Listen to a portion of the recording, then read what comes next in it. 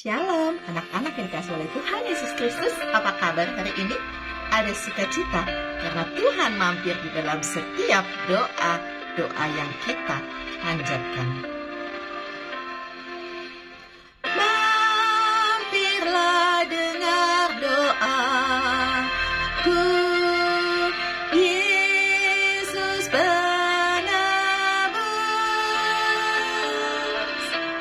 Orang lain kau hampiri,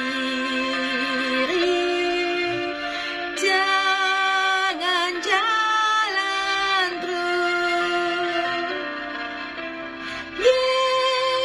Yesus Tuhan, dengar doaku.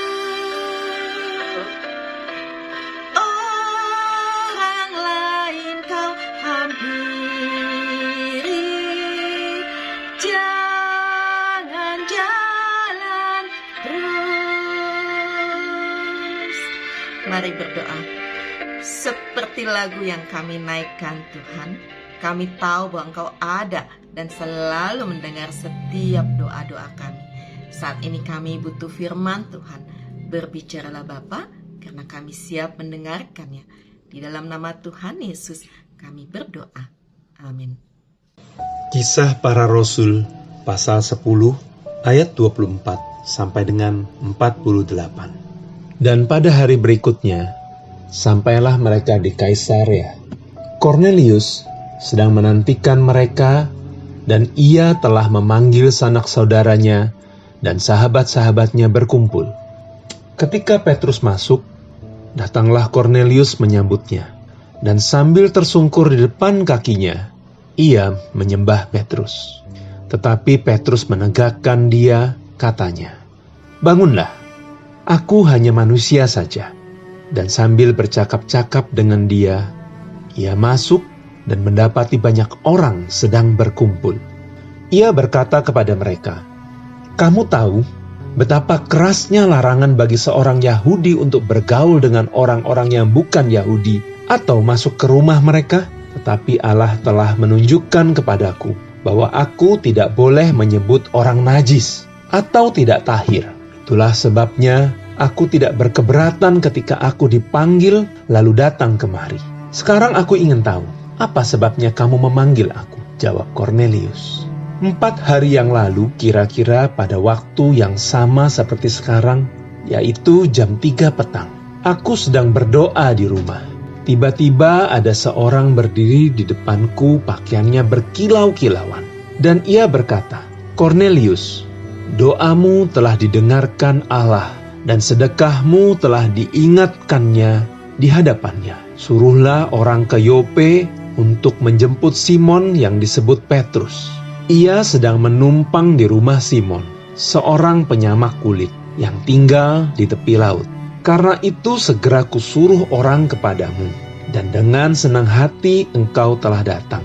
Sekarang kami semua sudah hadir di sini di hadapan Allah untuk mendengarkan apa yang ditugaskan Allah kepadamu." Lalu mulailah Petrus berbicara. Katanya, "Sesungguhnya aku telah mengerti bahwa Allah tidak membedakan orang. Setiap orang dari bangsa manapun yang takut akan Dia dan yang mengamalkan kebenaran berkenan kepadanya. Itulah firman yang Ia suruh sampaikan kepada orang-orang Israel, yaitu firman yang memberitakan damai sejahtera oleh Yesus Kristus, yang adalah Tuhan dari semua orang. Kamu tahu tentang segala sesuatu yang terjadi di seluruh tanah Yudea, mulai dari Galilea sesudah baptisan yang diberitakan oleh Yohanes, yaitu tentang Yesus dari Nazaret, bagaimana Allah mengurapi Dia dengan Roh Kudus dan kuat kuasa.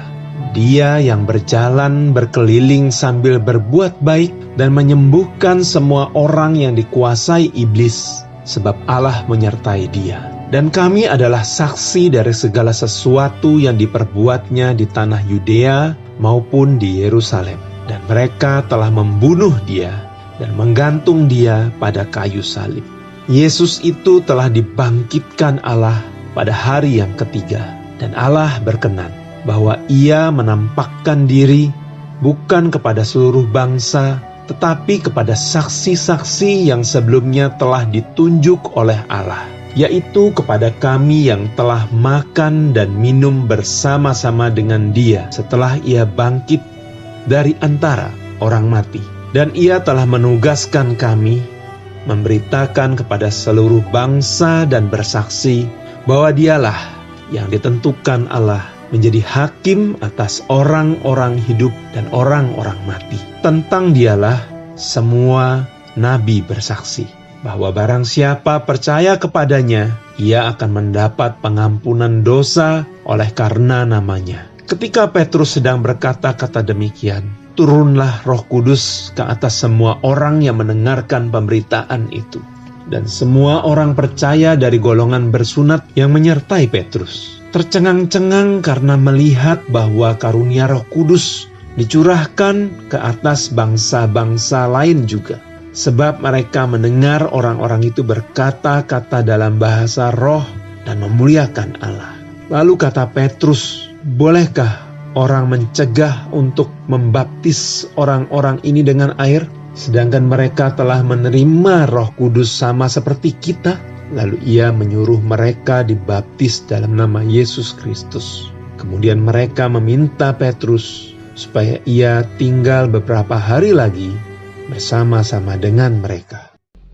Tuhan membuat perubahan. Ketika Petrus bertemu Kornelius, orang bukan Yahudi itu, ia baru sadar.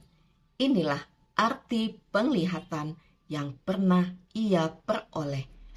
Tuhan mengajarnya untuk mengasihi segala bangsa, sebab Yesus mati bukan untuk orang Yahudi saja. Di hadapan Tuhan, semua manusia sama dan perlu diselamatkan. Maka tugas pertama adalah menginjili Kornelius dan para kerabatnya. Dan terjadi pertobatan besar di antara mereka. Ya, Tuhan menyediakan keselamatan bagi semua orang dari segala bangsa, yakni semua yang percaya kepadanya. Mari berdoa. Tuhan Yesus, terima kasih karena Engkau juga telah menyelamatkan kami. Terima kasih Bapa, di dalam nama Tuhan Yesus kami berdoa. Amin.